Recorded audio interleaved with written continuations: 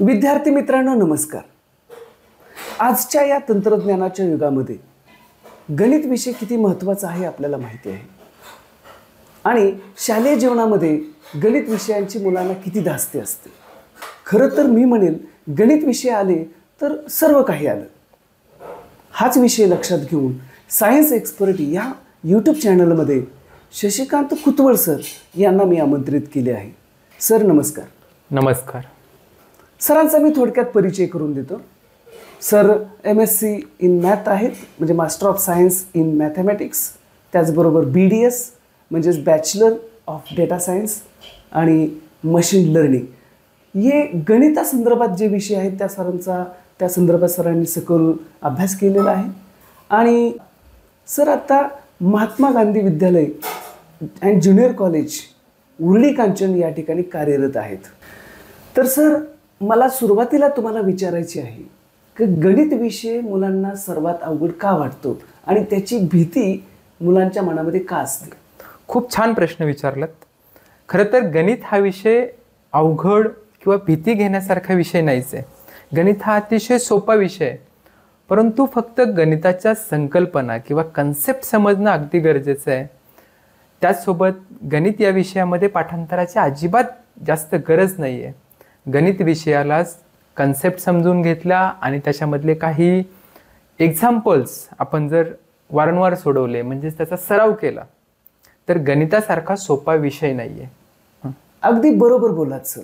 गणित समजवण्यासाठी किंवा कोणताही विषय समजून घेण्यासाठी आपल्याला त्या विषयाच्या संदर्भात कन्सेप्ट माहिती असणं गरजेचे आहेत.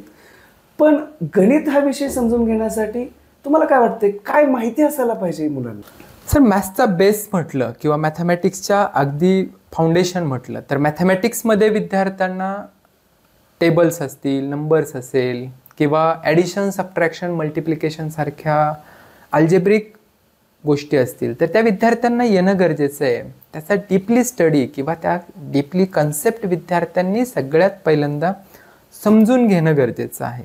त्यासोबत विद्यार्थ्यांनी त्याच्यावरचे काही एक्झाम्पल्सचा सराव करणं गरजेचं आहे. कारण काय होतं सर, थोडंसं डिस्टर्ब करतो मी तुम्हाला. आणि तुम्ही आत्ता म्हणाला की मुलांना टेबल वगैरे माहिती असणं गरजेचं आहे आणि अगदी शाळेत गेल्यापासून टेबल लर्न करायलाच सांगतात.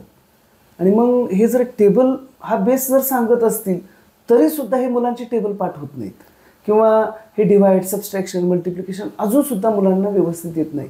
त्याबद्दल तुम्ही काय सांगाल? हा, खरं तर बऱ्याचदा शिक्षक त्यांच्याकडून टेबल्स पाठांतर करून घेतात.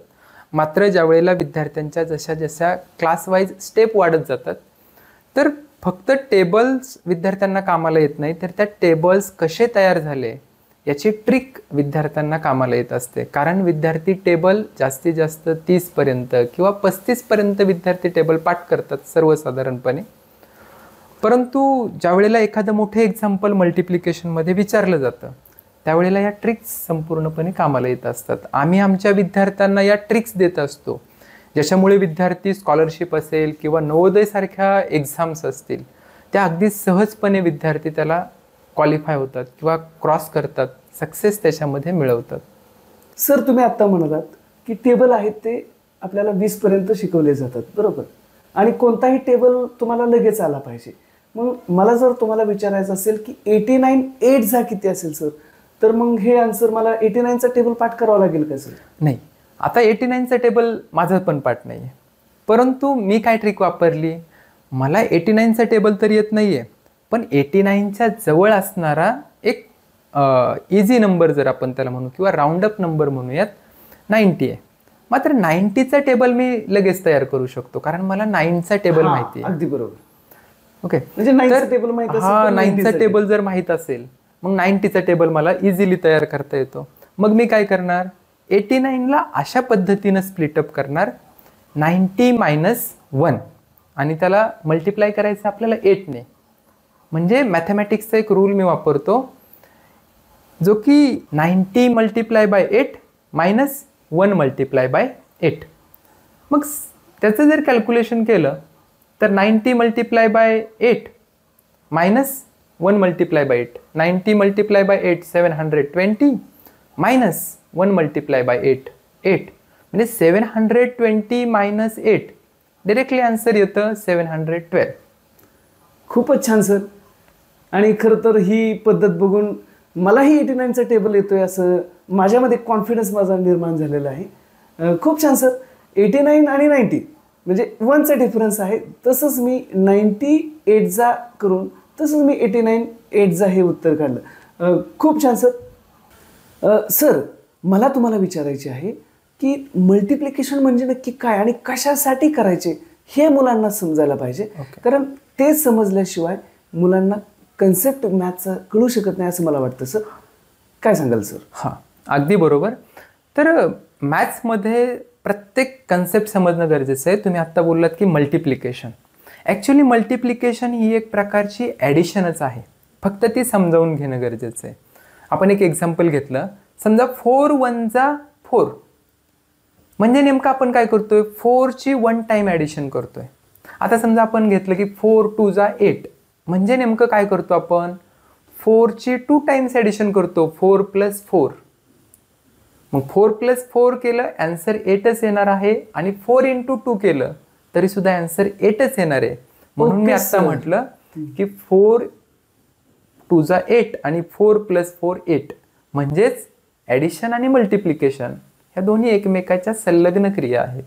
Okay sir. हा बरोबर. म्हणजे मी 4 × 8 मला करायचं असेल तर मी 4 हे 8 वेळा न लिहिता डायरेक्ट मी 4 × 8 म्हणजे मला 4चा टेबल माहिती अगदी असेल. बरोबर, अगदी बरोबर. तर मी तसं करू शकतो. Yes yes yes. म्हणजे ॲडिशन करत बसण्यापेक्षा डायरेक्टली मल्टिप्लिकेशनची तुम्ही कन्सेप्ट वापरली, ज्याच्यामुळे कमी वेळात एक्झाम्पलचं ॲन्सर तुम्हाला सोडवता येऊ शकतं. ओके. खूप छान. विद्यार्थ्यांच्या मनातल्या शंका नक्कीच दूर झाल्या असतील. मल्टिप्लिकेशन म्हणजे काय? खरं तर हे मल्टिप्लिकेशन आपल्याला साधं साधं वाटतं. मल्टिप्लिकेशन म्हणजे आपण नेमकं टेबल पाठ करतो, पण ह्याच्या मागं काय बेस आहे हे आपण का लक्षात ठेवायला पाहिजे? बऱ्याचदा विद्यार्थ्यांना काय होतं, आपल्याला वाटतं की ॲडिशन मला येते, मल्टिप्लिकेशन येतंय, सबट्रॅक्शन येतंय, पण कॉम्पिटेटिव्ह एक्झाममध्ये याच पॉईंटवरती इतक्या डीपली प्रश्न विचारले जातात की जे विद्यार्थ्यांना सहजपणे सुटत नाहीत. विद्यार्थ्याला वाटतं की मला सहज ॲडिशन येते, पण ते तितकंसं सहज शक्य होत नाही.